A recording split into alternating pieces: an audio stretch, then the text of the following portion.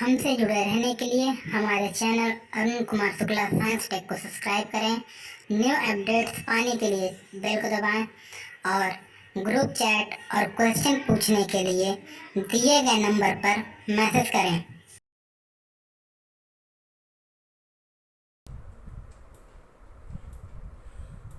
प्रिय छात्रों, आज हम लोग बात करेंगे अधिशोषण क्या होता है, अवशोषण क्या होता है और सार्प्शन शोषण क्या होता है। तो पहले हम लोग चर्चा करेंगे अधिशोषण।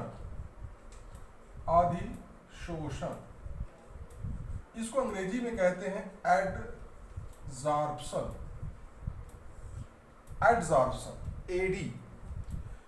बच्चों, एडजॉर्प्शन जो होता है, अधिशोषण, यह एक सतही प्रक्रिया है। कैसी प्रक्रिया है? सतही प्रक्रिया, यानी सरफेस फेनोमेना। इसमें क्या होता है कि जैसे मान लो कोई भी चीज है, तो इस पर आकर के जो दूसरे पदार्थ का सांद्रण है, कॉन्सेंट्रेशन, वह सतह पर बढ़ता है, यानी सतह पर सांद्रण बढ़ता है,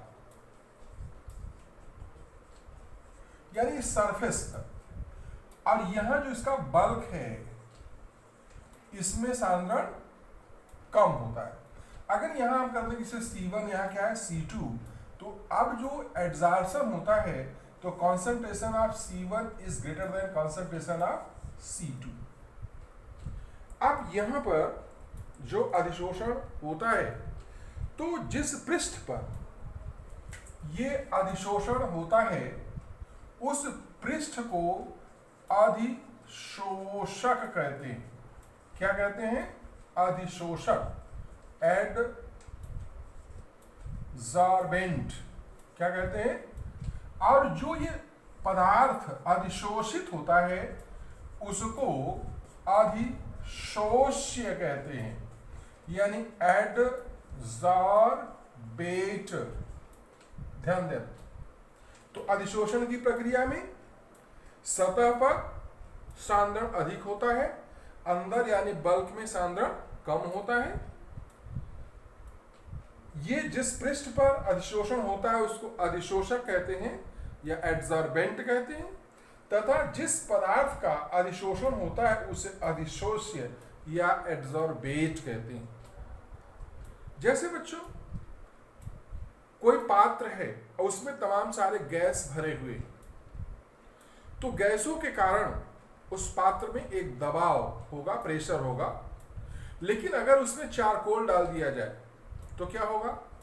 चारकोल उस गैसों को अपने पृष्ठ पर अधिशोषित कर लेता है और उस पात्र में गैसों का दाब कम हो जाता है।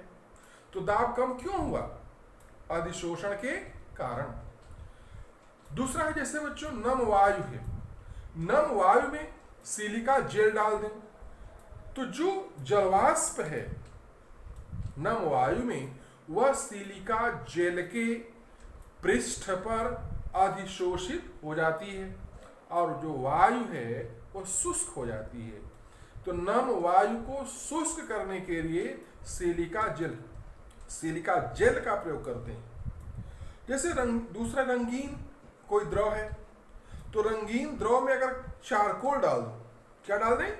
चारकोल, तो जो रंगीन पदार्थ हैं वो चारकोल पर अधिशोषित हो जाते हैं और रंगीन द्रव कैसा हो जाता है? रंगहीन हो जाता है। जैसे माइका अभ्रक है, उस पर नाइट्रोजन अधिशोषित होती है। अधिशोषित होने का मतलब पृष्ठ पर जाकर के चिपक जाती है। अब इसका एडजॉर्प्शन का अपोजिट क्या होता है? विशोषण। विशोषण, तो विशोषण को कहते हैं डिजॉर्प्शन। ये डिजॉर्प्शन क्या है? विशोषण क्या है? किसी पृष्ठ पर जो ये अधिशोषित पदार्थ है, ये अधिशोषित पदार्थ के अणु हट जाए, दूर चले जाए, तो अधिशोषित पदार्थ का पृष्ठ से हटने की प्रक्रिया को क्या कहते हैं? विशोषण कहते हैं। अब हम लोग चर्चा करेंगे अवशोषण की। अवशोषण एक बल्क फेनामेना है। कैसा फेनामेना है? Bulk phenomena. तो अवशोषण या इसको एब्जॉर्प्शन। अब जैसे कोई पदार्थ है और ये जा करके इसके अंदर घुस गया। कहाँ घुस गया? इसके बल्क में चला गया। तो जब बल्क में जाएगा तो यहाँ का जो कॉन्सेंट्रेशन है जैसे C2 और ये C1, जैसे मान लो कि यहाँ है ऐसे आगे, तो इसमें C2 is greater than C1। यानी जो बल्क में, कहाँ पर? बल्क में जो कॉन्सेंट्रेशन है वो ज्यादा हो जाएगा as compare to outer side या सरफेस। तो इसको क्या बोलेंगे? एब्जॉर्प्शन। क्या बोलेंगे? एब्जॉर्प्शन। अब अंतर हो गया। एब्जॉर्प्शन एक सतही प्रक्रिया है, जबकि एब्जॉर्प्शन एक स्थूल प्रक्रिया है, या इसको हम लोग बल्क फेनोमेनन कहते हैं। अब यहां पर ध्यान रखना है कि जो अधिशोषित पदार्थ हैं वह बल्क में यानी उसके अंदर भी घुस जाता है, तब उसको हम लोग क्या बोलेंगे? अवशोषण। लेकिन अगर कोई ऐसी प्रक्रिया है जिसमें पदार्थ उसके सरफेस पर भी हो और अंदर भी हो, यानी बाहर और भीतर, तब इसको बोलेंगे सार्प्शन। क्या बोलेंगे? सार्प्शन, या इसको बोलते हैं शोषण। अब यहां पर तीन टर्म्स आज हम लोगों ने पढ़ा। एड्सॉर्प्शन एक सतही प्रक्रिया है, एब्जॉर्प्शन एक बल्क फेनोमेनन है, और सार्प्शन जिसमें एब्जॉर्प्शन यानी अवशोषण और अधिशोषण दोनों होता है। जैसे चाक है, चाक को हम यदि पानी में डाल दें या स्याही में डुबो दें तो चाक क्या करेगा?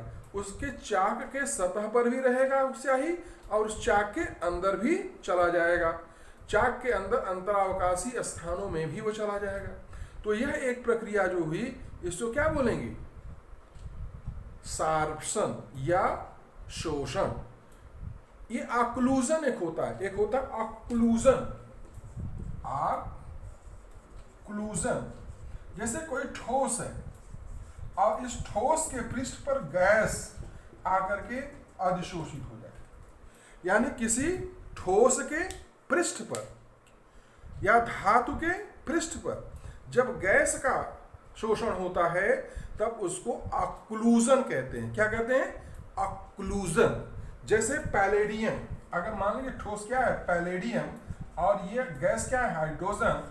तो पैलेडियम पर हाइड्रोजन गैस अगर आकर के अवशोषित होता है, अधिशोषित होता है, या उसको हम लोग कहते हैं सार्प्शन इसका होता है, तब इसको हम लोग क्या बोलेंगे? ऑक्लूजन। क्या बोलेंगे? ऑक्लूजन। ठीक है। तो आज हम लोगों ने क्या पढ़ा?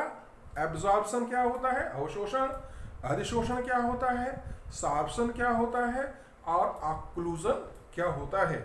अब हम लोग आगे इसके बारे में और विस्तृत पढ़ेंगे।